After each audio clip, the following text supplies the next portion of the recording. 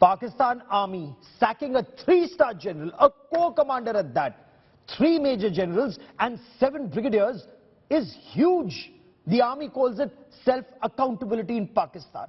But is this an admission by Pakistan Army that the Lahore Corps commander, Lieutenant General Ahmad Fayaz Ghani, was actually working with former Pakistan Prime Minister Imran Khan to destabilize Pakistan?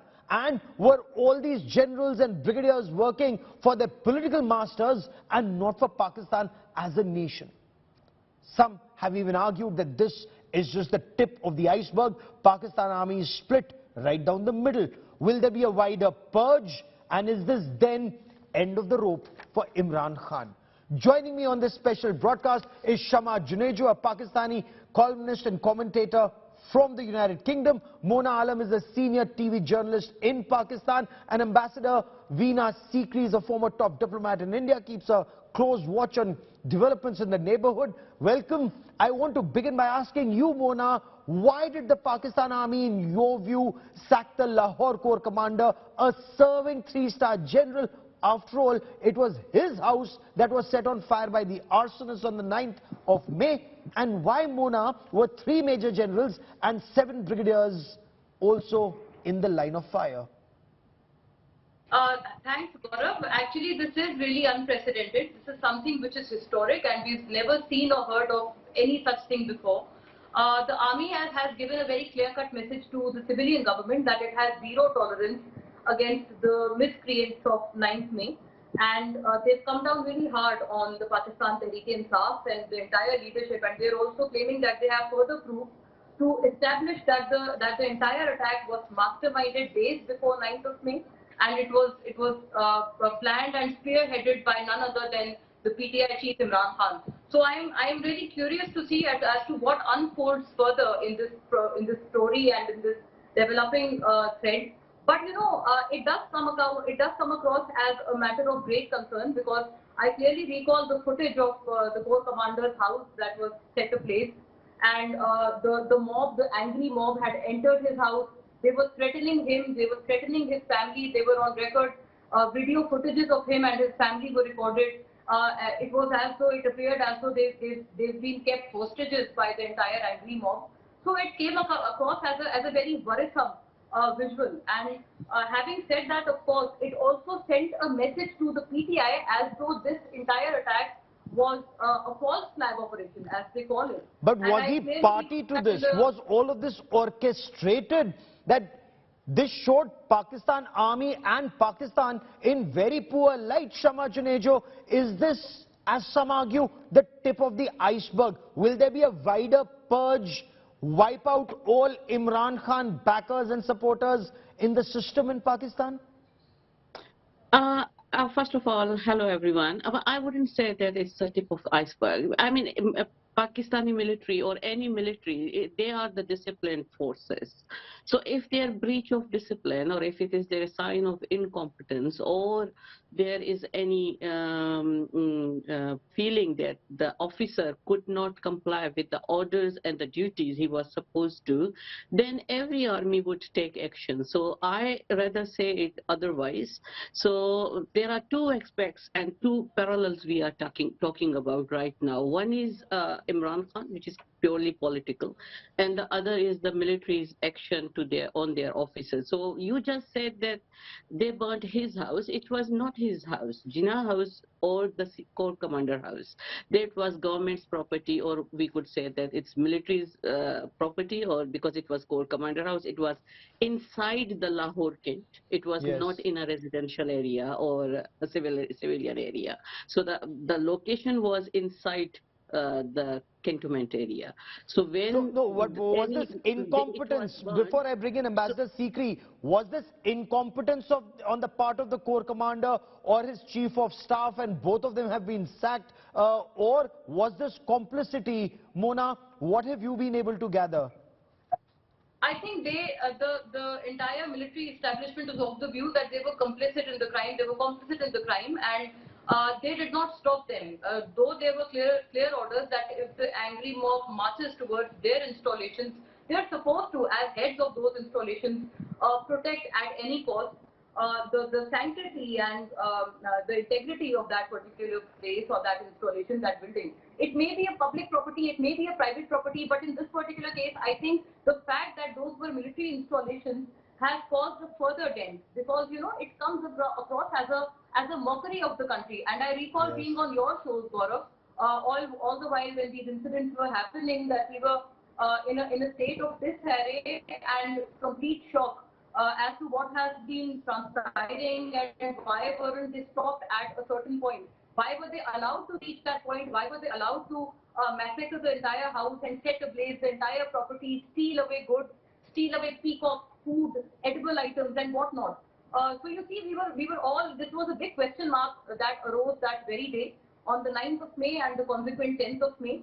And I think this has been really well answered by the military establishment itself, because they too are of the opinion that it could not have happened unless and until these officers, which have been sacked, were complicit in the crime. They were complicit in the crime, and consider, Ambassador Sikri, Pakistan Army going after their own, and somebody like the Lahore Corps commander, who's a second generation officer.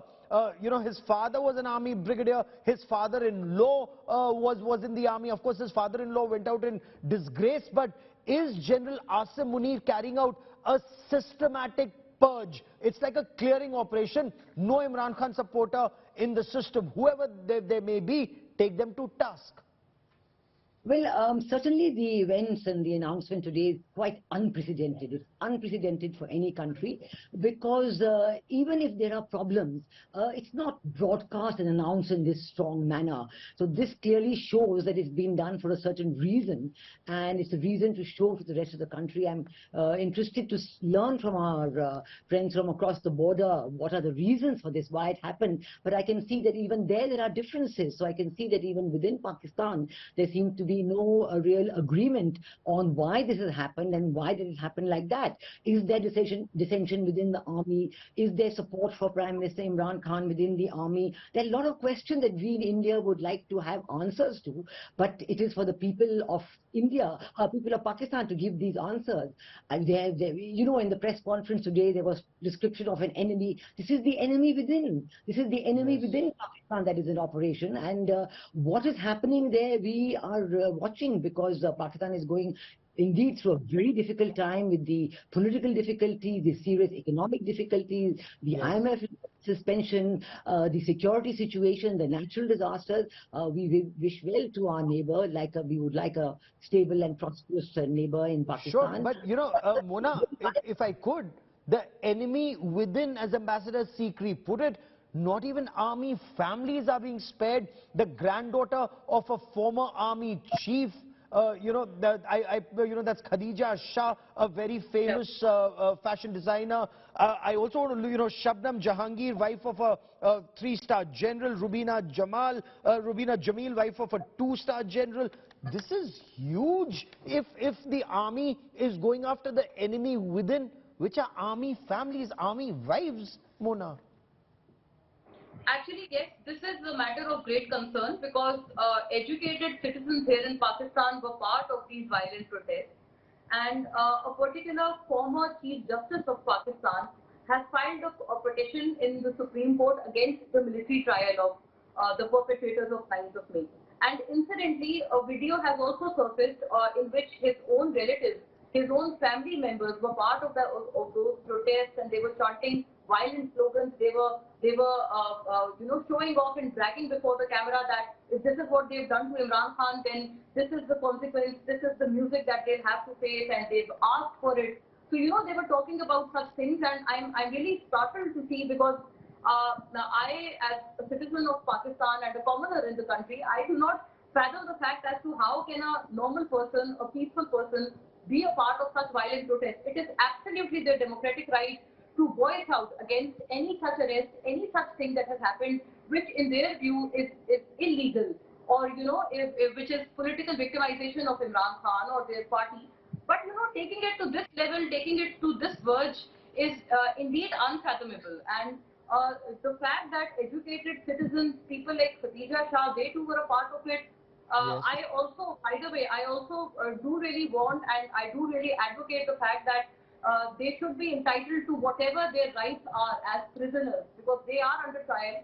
As of Yes. now, the trial has not been completed. Rather, I think the trial has not, in reality, I think it hasn't even started. But while they're in custody, I think they're completely entitled to whatever the rights, whatever rights that they have as prisoners. But Sure. I don't think, I don't think that takes away the fact that whatever has happened is extremely unfortunate and is unprecedented in the history of Shama Pakistan. Junejo, Shama Junejo, I want to quote Major General Ahmad Sharif, DG ISPR, during this briefing. He said, and I quote, "While the Pakistan army is giving these sacrifices, as he put it, on the other hand, unfortunately, filthy propaganda was done on the basis of false narratives for nefarious political objectives." What was this filthy propaganda he's referring to, and who are these serving Pakistan army officers or retired officers and their wives, Shabnam Jahangir, Rubina Jamil, and so many others, wives of 2-star generals and 3-star generals being involved in this? Are you surprised? No, I'm not surprised. These are the consequences of Project Imran. And the filthy propaganda is this, that without any proof, without any evidence, Imran Khan would say that Dirty Harry is there to kill me, or it is only army chief. And did you see his speeches or his statements? All based on false or his imaginary narrative or his own creative stories that he is going Faisal Nasir is going to execute him, or the army chief is there, and I am so surprised at how a man who has served as Prime Minister of Pakistan would say that. And the Yes. other thing that when we see, because when we are talking about elites and super elites, because all these women or all these people who were there, even the Air Commodore, you forgot to Yes. mention that the Air Commodore retired Air Commodore Sajjad Haider was also there. He was looking Jinnah House burning and he was filming. Can you imagine a retired officer, military officer, at And a that war level? hero at that, yes. He had no remorse. He was not upset, and those videos would upset civilians like me or any normal Pakistani who was there, that what is happening. But the thing is this, that when they infiltrated a non-democratic entity as a Project Imran, and then they vanquished all other his opponents in non-political ways. So this was the consequences. I was warning since 2014. I Okay. wrote series of articles. And the other thing, that being an academic, I would also quote one sentence, that if populism leads to fascism, then its alternative is only anarchy and chaos. And this is what we have witnessed in the case of Pakistan. But somebody like a Khadija Shah, who's a famous fashion designer, somebody like the family... Because she was she would think that I'm above the law. She was granddaughter of a 4-star general, granddaughter of a former army chief, and you see her connection, that police was failing to arrest her, and she was hiding, and her Sifarishis or her friends were even in Prime Minister house, and people were supporting her at the top level. So you know that elite, this actually shows our political and social structure, that if you are from elite class, you do not fear law because you think that you are above the law. And this Is this, then you exactly mentioned happened. Project Imran, Shama Junejo, you mentioned Project Imran. Ambassador Veena Sikri, is this then the Pakistan Army closing down Project Imran? It was a project launched by Pakistan Army to keep Benazir Bhutto, her PPP and Nawaz Sharif's PMLN in check. But now it's time to close Project Imran, and God willing, not the way Benazir Bhutto was assassinated. Well, I would only say that this is Project Army, because our friends in Pakistan, they often say that every other state has an army, but in Pakistan, the army has a state. So it is this whole supremacy of the army that perhaps they perceive as having been called in question by the events of May 9th. And this is the reaction. So the whole equation between the civilian and the military, is it being reset?